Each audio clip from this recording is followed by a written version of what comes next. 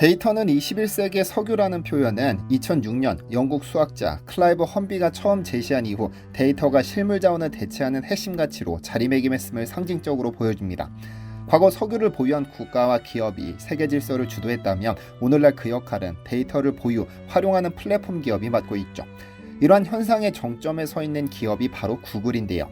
우리는 기상 직후부터 취침 직전까지 유튜브, 지메일, 구글맵, 크롬, 안드로이드 등 다수의 서비스를 통해 구글 생태계에 접속하며 심지어 삼성 스마트폰 사용자 역시 핵심 기능 대부분을 구글 서비스에 의존하고 있죠. 2025년 현재 알파벳의 시가총액은 약 2조 달러로 삼성전자의 4배 이상입니다. 이는 구글이 전 세계 디지털 생태계에서 사실상 패권적 위치를 점하고 있음을 시사하죠.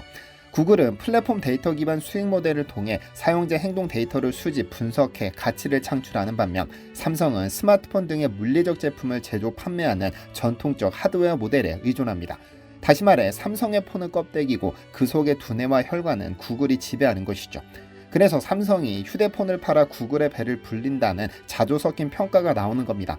그렇다면 생성형 AI 시대에는 구글, 삼성의 역학구도가 어떻게 재편될까요? 구글은 기존 앱, 서비스 제공 단계를 넘어 스마트폰의 코어 인텔리전스를 지배하려는 전략을 추진 중입니다. 그 핵심 수단이 자사 초거대 언어 모델 제미나이입니다. 이는 구글이 갑 위치를 더욱 공고히 만들 기제로 평가되죠. 그런데 최근 놀라운 소식이 들려왔습니다. 이 제미나이를 탑재시키기 위해 구글이 삼성에게 매달 상상도 못하는 금액을 지불하고 있다는 겁니다. 마치 갑을 관계가 역전된 것으로 보이는데요. 어떤 일이 있었던 것일까요? 안녕하세요, 디스멘털입니다. 구글 삼성 관계의 본질을 이해하려면 안드로이드 생태계 형성 과정을 짚어볼 필요가 있습니다. 안드로이드는 구글이 디지털 제국을 구축하는 핵심 인프라였으며 갤럭시 시리즈는 해당 OS 확장의 최대 촉매였죠. 전 세계적 흥행을 거둔 갤럭시 단말 덕에 구글의 검색, 광고, 콘텐츠 플랫폼은 사용자의 생활 세계로 깊숙이 침투할 수 있었습니다. 언뜻 봤을 때 공생관계처럼 보이지만 평등하지 않았습니다. 구글은 삼성의 영토 위에 제국을 세웠고 그 제국의 세금과 수익은 대부분을 가져갔습니다. 그 대표적인 사례가 구글 플레이스토어 수수료인데요. 사용자가 앱을 구매하거나 인앱 결제를 할 때 구글은 최대 30%의 수수료를 가져갔는데 삼성 기기를 통해 이루어진 소비지만 실질적인 수익은 구글의 몫이었습니다. 특히 게임과 같이 결제 비중이 높은 카테고리에서 그 수익은 천문학적인 수준이었고 한국을 포함한 여러 시장에서는 구글의 연간 앱 수수료 매출이 조 단위를 넘는다는 분석도 나왔습니다. 또 다른 수익의 원천은 검색 광고였습니다. 갤럭시의 기본 검색 엔진이 구글로 설정되어 있었기 때문에 사용자가 스마트폰에서 정보를 검색할 때마다 구글은 광고를 노출시키고 그 클릭수에 따라 수익을 거둬들였습니다. 이른바 RSA 계약이라는 수익 공유 방식도 있었지만 실제 수익 대부분은 구글이 가져가고 삼성은 그 일부만 받는 구조였습니다. 물론 이런 구조를 만들기 위해 구글도 많은 노력을 기울였습니다. 구글은 자사의 서비스들이 삼성 스마트폰에서 기본값으로 탑재될 수 있도록 하기 위해 지난 2020년부터 2023년까지 무려 80억 달러, 우리 돈으로 약 11조 원에 달하는 돈을 삼성에 지급했다는 사실이 법정에서 드러나기도 했죠. 마치 부동산의 핵심 상권에 입점하기 위해 건물주에게 권리금을 얹어주는 것처럼 구글은 삼성이라는 입지 좋은 땅을 얻기 위해 거액을 지불한 겁니다.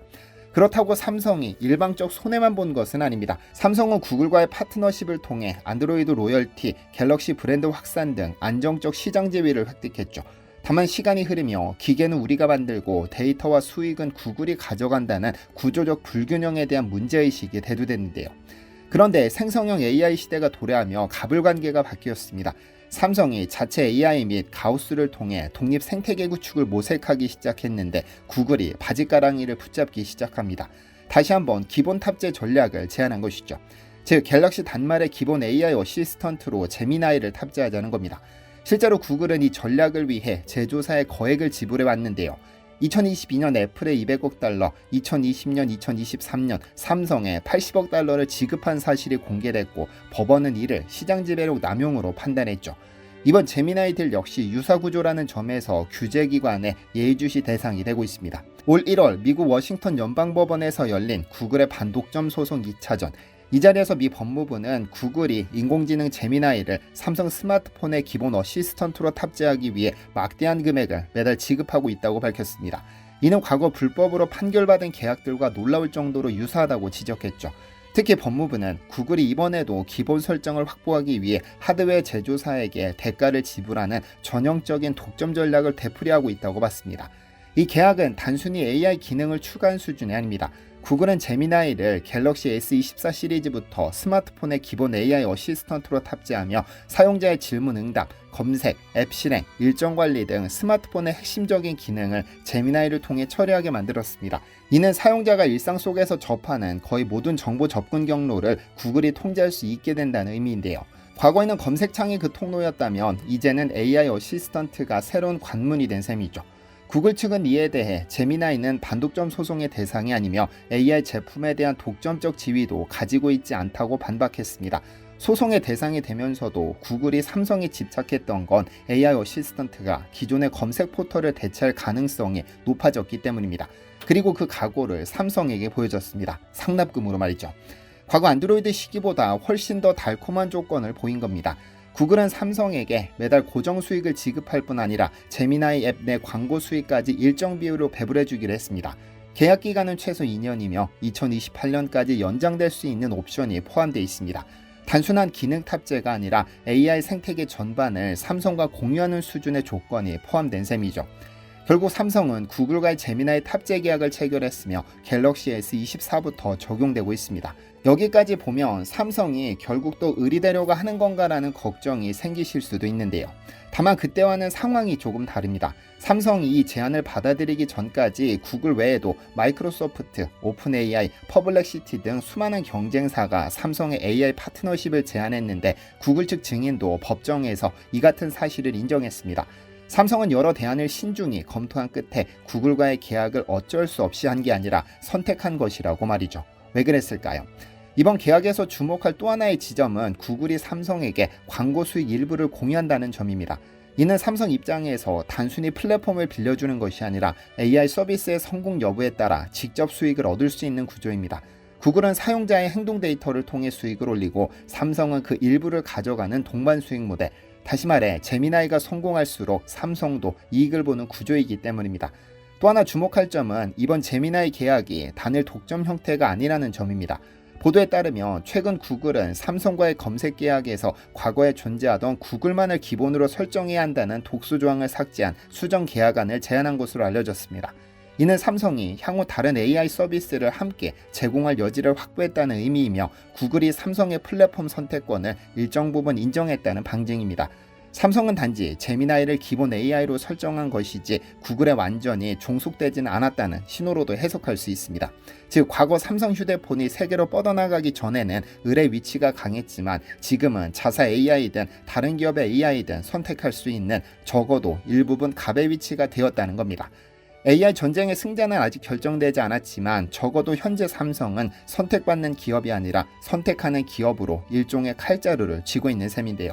과연 미래의 삼성은 어떤 선택을 하게 될까요? 어제부터 제 채널에서는 100년 이상 된 진짜 산삼, 백진삼 가정의 달 행사가 진행 중입니다. 어제 하루 동안 입이 쩍 벌어질 정도로 주문이 쏟아지고 있는데 꼭 답변 드려야 할 질문이 있어 본 영상을 통해 알려드립니다. 여러 구독자분께서 산삼배양근을 세계 최초로 대량 생산에 성공한 안원식 회장의 이름으로 백진삼과 다른 제품이 홍보되고 있다며 두 제품의 차이가 무엇인지 궁금해하십니다. 자칫 비교 제품의 이름을 공개하는 것은 해당 제품에 피해가 갈 수 있어 언급하지는 않겠지만 백진삼이 좋다고 강조하는 것도 의도치 않게 그 제품을 비방하는 모습으로 비칠 수 있어 밝히지는 않겠습니다. 시중에는 백진삼 외에도 안회장의 산삼배양근 원료를 이용해 다양한 제품이 출시되어 있고 대부분 안회장의 이름으로 홍보되고 있습니다. 그래서 혼란이 생기는 것인데 백진삼과 위 제품의 가장 큰 차이는 부재료에 있습니다.